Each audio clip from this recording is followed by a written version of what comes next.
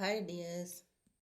നാടൻ ചേമ്പിൻ്റെ തണ്ട് കൊണ്ട് ചോറിന് വേണ്ടി ഒരു അടിപൊളി നാടൻ സൂപ്പർ ടേസ്റ്റിലുള്ള ഒരു കറി ഉണ്ടാക്കാം.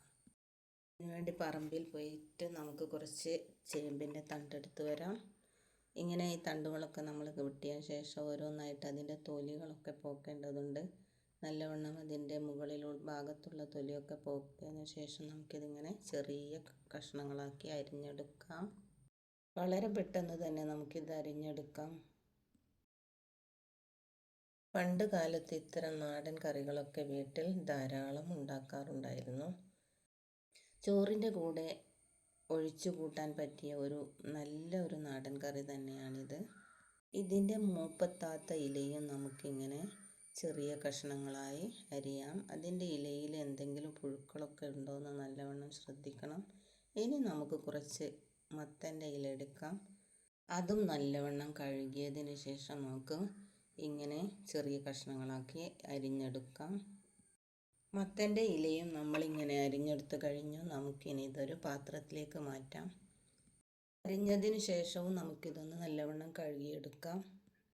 കഴുകിയതിന് ശേഷം നമുക്കിതൊരു മൺചട്ടിയിലേക്ക് മാറ്റാം. നമ്മൾ അരിഞ്ഞു വെച്ച മത്തൻ്റെ ഇലയും ഇതിനോടൊപ്പം തന്നെ നമുക്ക് വേവിച്ചെടുക്കാം. ചട്ടിയിലേക്ക് കുറഞ്ഞ വെള്ളം മാത്രം ഒഴിച്ചാൽ മതിയാകും. അതിൽ തന്നെ വെള്ളം ഉണ്ടാകും. അതിൽ നമുക്ക് കുറച്ച് ഉപ്പും മഞ്ഞൾപ്പൊടിയും മുളക് പൊടിയും ചേർത്ത് അടുപ്പത്ത് വെക്കാം. മീഡിയം തീയിൽ വെച്ച് നമുക്ക് മൂടി വെച്ചുകൊണ്ട് ഇത് വേവിച്ചെടുക്കാം. ആ സമയം നമുക്ക് ഇതിലേക്ക് വേണ്ട അരപ്പ് തയ്യാറാക്കാം. കുറച്ച് തേങ്ങ ചിരവിയതെടുത്തിട്ടുണ്ട്. അതിലേക്ക് കുറച്ച് ഉള്ളിയും കുറച്ച് മഞ്ഞൾപ്പൊടിയും മുളക് പൊടിയും ചേർത്ത് നമുക്കിതൊന്ന് അരച്ചെടുത്ത് വരാം. വളരെ കുറഞ്ഞ സമയം കൊണ്ട് തന്നെ നമുക്കിത് വെന്ത് കിട്ടും. നമുക്ക് അരച്ചെടുത്ത അരപ്പ് ഇതിലേക്ക് ചേർത്ത് ഒന്ന് ഇളക്കി നോക്കാം. കറി ഏതാണ്ട് തിള വന്നിട്ടുണ്ട്. ഇപ്പോൾ കറി നല്ല തിക്കായി വന്നിട്ടുണ്ട്. ഇനി നമുക്ക് ഈ കറി ഒന്ന് ഇറക്കി വെക്കാം. ഇതിനു വേണ്ടി ഒരു താളിപ്പ് തയ്യാറാക്കാം. വറവിടാനായിട്ട് അതിന് ചട്ടി അടുപ്പത്ത് വെച്ച് കുറച്ച് വെളിച്ചെണ്ണ ഒഴിച്ചിട്ടുണ്ട്.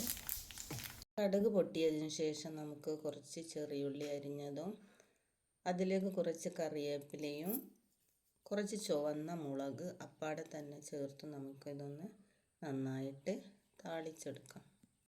നാടൻ ചേമ്പിൻ്റെ തണ്ട് കൊണ്ട് മത്തൻ്റെ ഇലയും ചേർത്തുണ്ടാക്കിയ ഈ കറി എല്ലാവർക്കും ഇഷ്ടമായെങ്കിൽ ഒന്ന് ലൈക്ക് ചെയ്യാനും ഷെയർ ചെയ്യാനും മറക്കരുതേ. അടുത്തതായി നമുക്ക് ഈ താളിച്ച് വെച്ച ഈ താളിപ്പ് ഇതിലേക്ക് ചേർക്കാം. നമുക്കൊന്ന് മൂടി വെക്കാം. ഒരു അടിപൊളി സൂപ്പർ ടേസ്റ്റുള്ളൊരു കറിയാണിത്. എല്ലാവരും ഇങ്ങനെ ഒന്ന് ഉണ്ടാക്കി ഫീഡ്ബാക്ക് അറിയിക്കണേ. ഇത് കാണുന്ന എല്ലാവർക്കും താങ്ക് യു.